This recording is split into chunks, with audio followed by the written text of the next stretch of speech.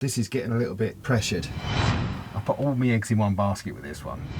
I looked at the booking slots to get this fitted and we were looking at 5 or 6 weeks away into next year. I had to take the chance. It's a Sunday. There was no one I could ring and talk to and ensure that this is going to work. So I've got to get out of here. Well, what a random day. After waking up at the crack of dawn, freezing cold in a very snowy and icy Peak District. Oh, bit of a rude awakening this morning. -2. This is the car park that I'm in. We're out with friends in their vans. So luckily these guys at the pub that are staying in the car park. There's a severe weather warning. Looks as if it's going to now drop even lower to -6. That ain't actually too bad. I could handle that if I had heating, except once again I haven't.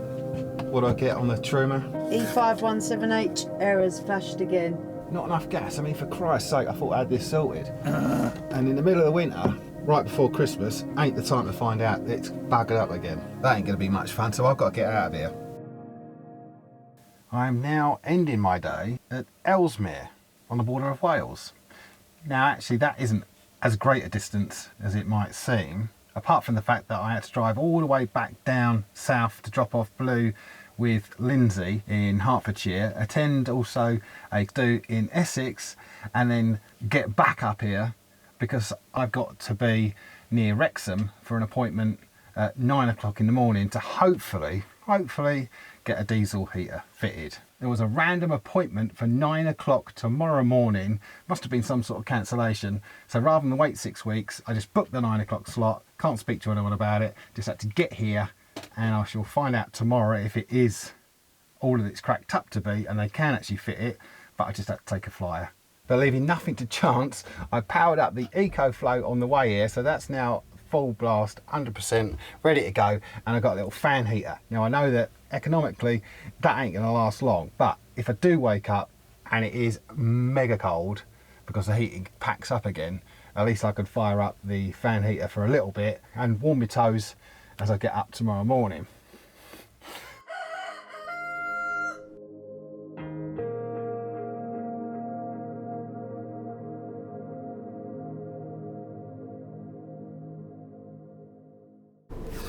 Just wait for the engine to warm up and clear the windscreen. Not a bad night's sleep. It's clearly though the dog walking car park, not the dog in car park. Dog walkers started at 7:30 this morning, but I had to be up anyway, so that ain't a bother to me.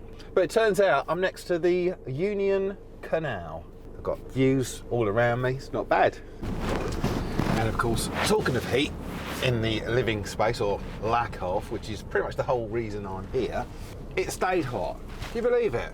I ramped it up when I arrived, thinking, look, at some point it's going to conk out. That's what I expect now, overnight. So I slept with me socks and t-shirt and that on. Pretty much slow roasted myself overnight because it didn't switch off. It's just making no logical sense to me at all now. I'm really lost.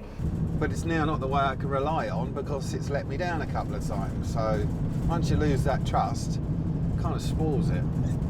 But anyway, regaining that trust and having a second option of heating, a fail-safe, well, a more fail-safe method is hopefully what we're about to get installed. But the 9 o'clock install slot is coming up.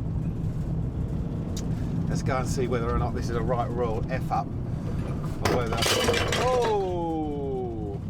That's something I didn't put away. Oops! Yeah, what you doing? Yeah, I'm back in that.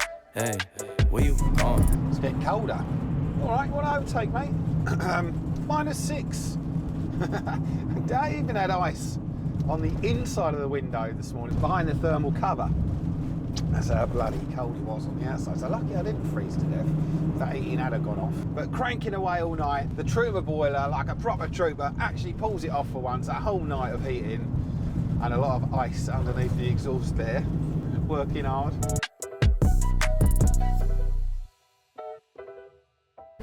Just got to find my email confirmation. Right, unit 11B. Am I in the wrong bit? Yeah, sure as eggs in the wrong bit. It's down here, isn't it? Well, I'm here.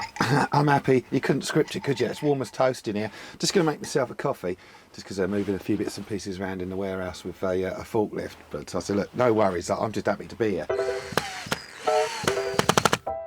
They book a slot of 8 hours. I'm sure it doesn't take 8 hours to fit a diesel heater, anywhere near that, but the booking is. So I'll get the LPG sorted at some point, I'm sure, but to actually have 2 sources of heat means that's got to get us out of trouble, isn't it? Well, that's the plan anyway. In a quarter of a mile, turn left onto Wrexham Road. So that is it, just leaving Wrexham. Couldn't be happier. Lovely blokes, great fitter, wealth of information, and the confidence now in my heating. I've got 2 options available to me, so bring on the cold. Let's see what you've got. Okay, so now what's the verdict, you're going to ask? Like 4 weeks into this, we've been using now the diesel heater as our prime source of heating, and that's even with the Truma Combi Boiler working again. I'd still rather use the diesel heater because it gives me peace of mind that it actually does work. And we're just fed up with trying to find a pump at a petrol station for LPG. I'm happy to continue to use it for the hot water. It means that we don't have to fill up the underslung tank so often. But I think the primary source of heating now will remain the diesel heater. Now noise-wise, sorry, I'm just going to multitask while I'm talking about this. Noise-wise, it is slightly noisier than the Truma, or at least in terms of the air fan, but we don't take it any higher than the first setting anyway, because it's so damned efficient and hot. We have it on the minimum fan, so that keeps the noise down. We don't need it any higher, in all fairness. And of course, the ticking that comes with a diesel heater, the ticking does not bother me at all. It is so faint. Our main gubbins are outside of the vehicle anyway, but that ticking is so quiet that you'd have to struggle to hear it, even in the dead of night. And then as someone else pointed out, that it's actually quite reassuring when, if you're cold and then you hear that tick tick tick, then you know that the diesel is priming and it's going to start warming up. So there is comfort in the ticking. It certainly ain't irritating with this one. Oh, here she is. Here comes Lindsay. That's a good timing there, babe. But I think you can add about the diesel heater. No. If you have any questions about the diesel heater, write them in the comments and then Andy will get back to you. Yeah, cheers for that. Yeah, so I'll either try and answer them, or you can just get hold of the guys at Autoterm. They're lovely, they'll help you out. Oh, look like cabin crew stood here. Look, exit here or over here. Basically, our airflow travels down the floor, so it keeps it nice and toasty. I love having warm feet. This ain't some cheap Chinese eBay knockoff either, is it, Andy? No, with the recall from trading standards. Yeah. Oh no. No, it comes with like proper cold weather native pedigree. Yeah, and a 3-year warranty. Beat that. Now, as my old boss used to always say, you pays your money and you makes your choice. Now, I'm in no position to judge whether you go down the cheap Chinese route or whether you speak to Autoterm, but I just had faith in those guys. I also had faith in the fact that they could fit it for me and all. Yeah, because Andy ain't going to fit it, let's face it. Pretends he knows what he's doing. All right. But yeah, I do have peace of mind that they fitted it and they dropped the feed down into the main diesel tank of the van as well. Yeah, I don't want to be touching that sort of stuff. Definitely not.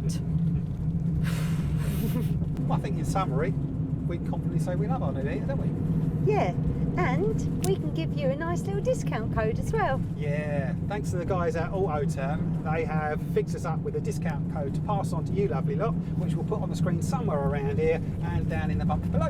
Yep, thank you very much, Lee. No, thanks for watching our videos, guys. We really appreciate your support and all you lovely subscribers. And if you haven't subscribed, yeah, why not? Yeah, subscribe and ring the bell for notifications. Oh, and check out Instagram and all. Yes, and remember, just do what makes your heart happy. See ya. Bye.